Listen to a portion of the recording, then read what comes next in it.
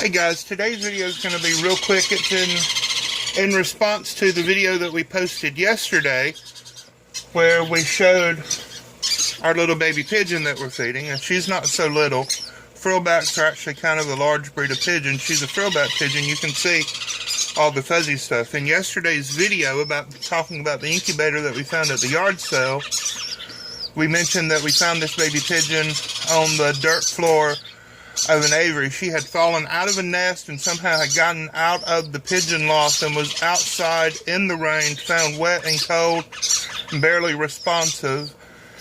And we brought her inside and put her in a warm brooder, and I just say her. The kids call her Crazy Daisy. And got her all warmed up, and she's doing very, very well. But in yesterday's video, someone commented, a good friend of ours actually, Farm City, they're on YouTube and they have some videos out. Y'all be sure to check out that channel. I'll leave a couple of links for them. But Drake over there, he asked me, how do you hand feed a baby pigeon?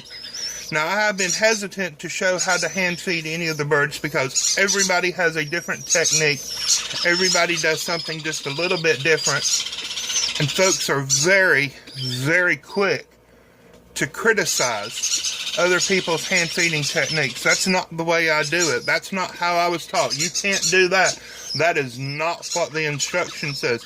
My vet says yada, yada, yada. I was told yippity skippy and you can't do it any other way. And as long as you follow a couple of very basic techniques, generally you'll be okay. I do not advocate the general public just trying to hand feed baby birds. But if you have been shown what to do with whatever technique you have been shown, and you can adapt it to your own personal needs using common sense and some basic understanding of biology and bird anatomy, then you'll be okay. Birds have a crop. It's found right here. On the inside of their neck, they have an esophagus and a trachea. Trachea goes to the lungs. The esophagus goes into the crop. The crop is a big bag of skin. It's a holding bag of food where the bird eats food before it goes into the gizzard. The gizzard is that part of the digestive system of the bird that actually grinds up the food.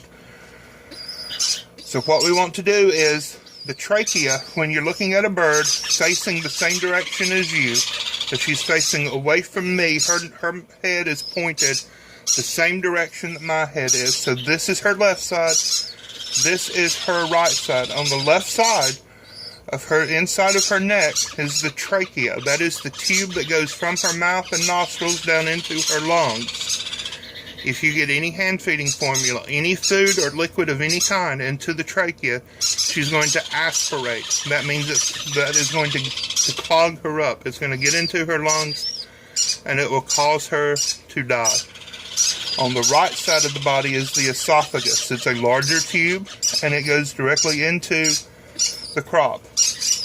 Now with a baby parrot, the mother bird will actually put her little hooked beak around the baby parrot, around its beak, and it will pump its head up and down, and it will regurgitate food, and the baby bird will eat the food that the mother parrot or the dad parrot is regurgitating. With a pigeon, it's a little bit different. She would stick her whole beak down inside her parent's throat. Now obviously I'm not going to let that happen. She's not sticking her head in my mouth. So I'm going to feed her with a syringe. First of all, I'll show you this. If you don't have a syringe, use a pipette. Use an eyedropper. Just get your formula. Now look here. I mix my formula up in a glass measuring cup and I submerge it down into a bowl full of really warm water. The instructions on your bag of formula. This is what I use for everything. Now if you were only hand feeding pigeons or doves, Rowdy Bush is a different company. They make a formula that is specific to pigeons. I have found that this works for just about anything. Take your syringe, your pipette. You're going to have to open her mouth and you're just going to dribble it in, and she's going to eat it. She's going to eat it right up. She may not be happy about it, especially at first when you have first started, but she will eat it. Now look, here's where some people get upset. This is what I use. I'm being very brave showing you this. I have this little tip on the end of the lure lock syringe, and this is what I use for almost all my babies. I do not stick that down into their throats. I use that because I feed lots of little tiny babies.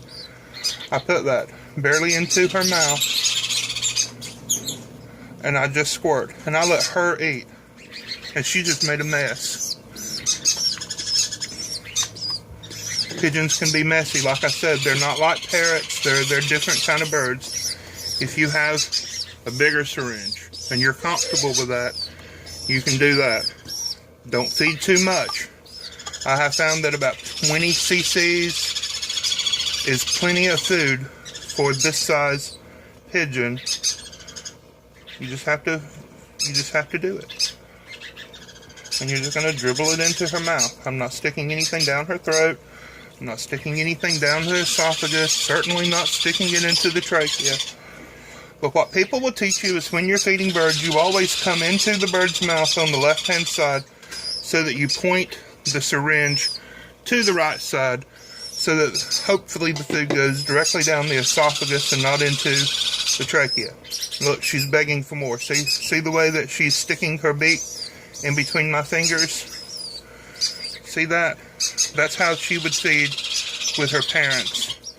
Like I said in yesterday's video, by the time we found her and got her warmed back up to where she was responsive, the parents had abandoned their nest and they wanted nothing to do with her.